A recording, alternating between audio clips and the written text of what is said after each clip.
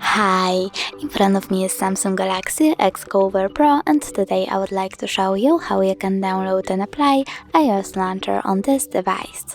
First of all, go into Play Store and type iOS Launcher.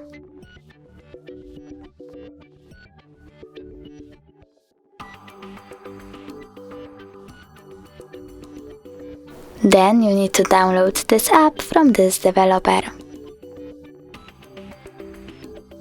Now open it.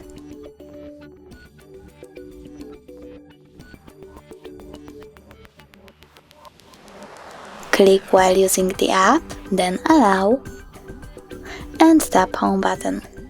Over here, tap on iOS Launcher, select Always, and tap on Got it.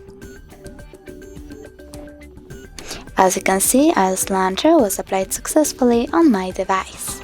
Thanks so much for watching. If you enjoyed this video, don't forget to leave a like, comment and subscribe.